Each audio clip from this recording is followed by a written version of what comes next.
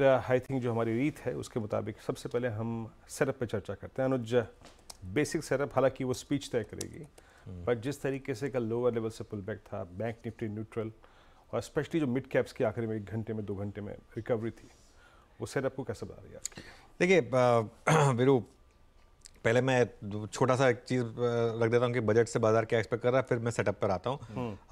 Capital gains सबसे important.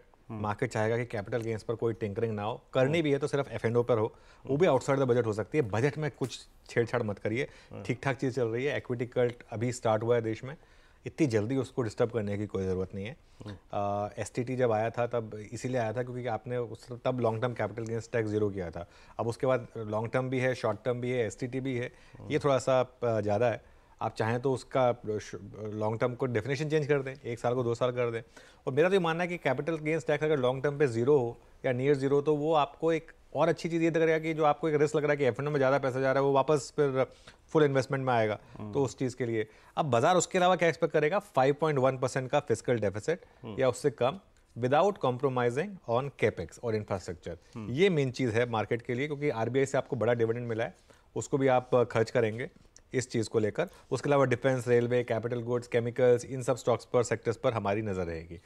अब मैं आता हूँ सबसे इंपॉर्टेंट चीज़ पर, जो है बाजार की पोजीशनिंग। बजट से पहले जो बाजार की पोजीशनिंग है, जो मेरे लिए बहुत कंफ्यूजिंग है, मैं खुद समझ नहीं पा रहा हूँ कि पोजीशनिंग क्या है इस समय। लेकिन मैं एक चीज़ बता सकता हूँ, अगर आपने कैपिटल गेंस में छेड़छाड़ कर दी ज़बरदस्ती की, तो 23,000 से 23,500 तक एक बार के लिए तो गिर जाएंगे। फिर वहाँ पर रैली आ जाए, रिकवरी आ जाए, वो अलग बात है।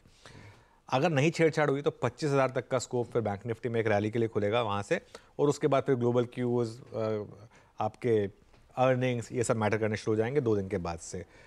कैपिटल गेंस टैक्सेस में अगर कोई चेंज हुए, और अगर खास तौर से आपने बढ़ा दिया टैक्स, तो मिड कैप मार्केट में जो रैली चल रही है ना, उसमें बड़ा डेंट आएगा, उसको टाइम लगेगा फिर ठीक होने में, और उसका सबसे बड़ा इम्पैक्ट आपको PSUs में देखने को मिलेगा, क्योंकि सबसे ज़्यादा रैली PSUs में हुई है। तो अगर आप, क्योंकि आप खुद PSUs के सबसे बड़े प्रमोटर हैं, आपको नहीं करना चाहिए ये मेरा मानना है। बाकी देखते हैं। अच्छा, म्यूचुअल फंड के पास कैश काफ़ी है, 1.25 लाख करोड़ का कैश है।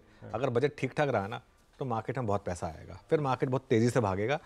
मतलब पोस्ट बजट एक 25,000 तक जाने के बाद थोड़ा कंसोलिडेशन करे, उसके बाद फिर वापस 26,000 तक का मूव स्टार्ट होगा। ये सब हम अज्यूम कर रहे हैं कि बजट अच्छा होगा उसके बाद के लिए। अच्छा, सोचना तो यही चाहिए। रहेगा कैश तो क्यों सोचे बुरा होगा? रहेगा कैश तो कराएगा ऐश। हाँ। 2 पैसे मजबूत रुपया खुला है आपकी स्क्रीन पे, करीब 83.63 की ट्रैजेक्टरी है, और रेस्ट ऑफ एशिया को छोड़ देते हैं आज। बट प्री ओपन में निफ्टी का लेवल जो है वो 24,574, ऑलमोस्ट आप 24,600 को स्ट्राइक करते हुए। अच्छा, प्रीशियस मेटल्स को मैं क्या देखूं इस वक्त?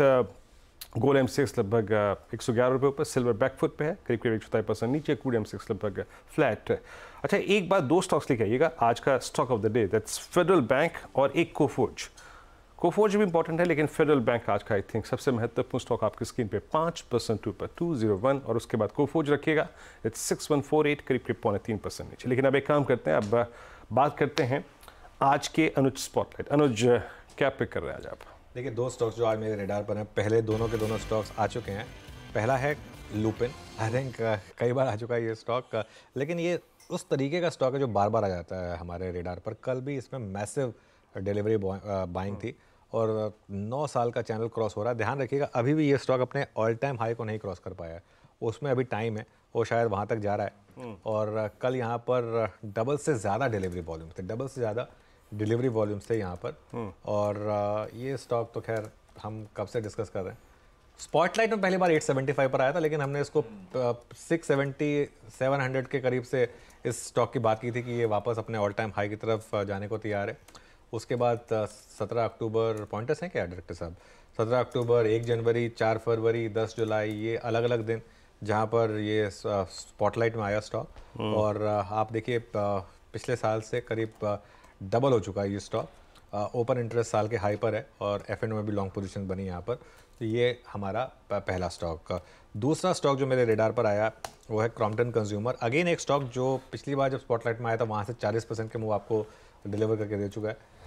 क्रॉम्पटन हमने जब पहली बार पिक किया था तब इसलिए पिक किया था कि ये टेक ओवर कैंडिडेट होगा। इसमें कुछ ऐसा ये नहीं था कि नंबर्स अच्छे थे, या नंबर्स तो खराब ही रहे हैं इसके, लेकिन वैल्यूएशन इतनी अट्रैक्टिव थी, और जो नई मैनेजमेंट को लाए थे वो जानी जाती थी सिर्फ टेक ओवर के लिए।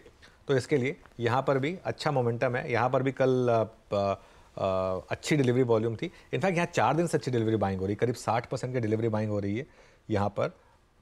और कल ओपन इंटरेस्ट भी और साल के हाई पर था, तो एफएनओ में बाइंग हुई है, कैश में भी बाइंग हुई है, तो ये स्टॉक काफ़ी स्ट्रांग है।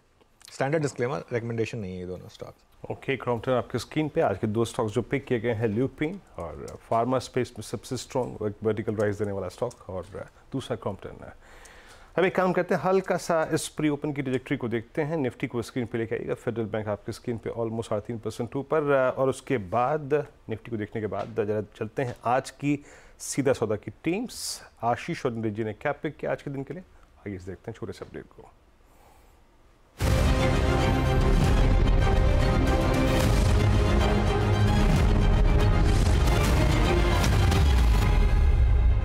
टीम का रैप अप कर देता हूं। हालांकि टीम क्या है, की थीम्स हैं आज की, दिखाइए स्क्रीन पे। शुरुआत करी थी ब्रोकरेजेस के साथ, किसी एंजल वन को लाल में रखा था, एफएनओ को लेकर कुछ टैक्स ट्रीटमेंट में बदलाव कर डाला, टेक्सटाइल पे, एक्सपोर्ट्स पे, जॉब इंसेंटिवाइजेशन पे फोकस के चलते गोकुल दास को रखा, कर्नेक्स स्पेसिफिकली रेल सेफ्टी और रेलवे के बढ़ते एलोकेशंस के चलते, अफोर्डेबल हाउसिंग शायद वापस रडार पर है, तो एप्टस वैल्यू हाउसिंग फाइनेंस के थ्रू उस थीम को प्ले करने की बात करी थी, या फिर कोई सा भी स्टॉक हो सकता है।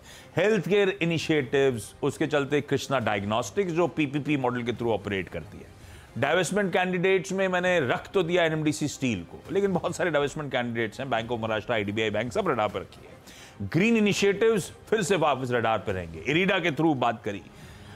आंध्रा रिलेटेड शायद एक्स्ट्रा अनाउंसमेंट एलोकेशंस के चलते डेक्कन सीमेंट को, यूपी बिहार के लिए थ्रस्ट देने की तैयारी अगर हो रही है तो वी-मार्ट रिटेल, वो स्टॉक का भाव कह भी रहा है ऐसा कुछ, और सिन टैक्सेस के चलते आईटीसी भी लाल, शुरू और लाल, बस शुरू और आखिरी लाल है, बाकी सब हरा है। मेरे तो सारे हरे हरे हैं इसमें, और फेडरल बैंक रखे नए आ गए बॉस उसके केवियन, और उसके साथ ही आप तमाम जारी जो रिजल्ट्स पे या खबरों पे स्टॉक देख रहे हैं। हटको पे बजट थीम है, जेंसोल को कॉन्ट्रैक्ट मिला, स्टर्लिंग विल्सन और एसएम कॉन्ट्रैक्टर्स को ध्यान रखिए कॉन्ट्रैक्ट मिला, आईटीडी सीमेंटेशन, पोर्ट और इंफ्रा पे लेमन ट्री ने 2 नए होटल साइन किए हैं।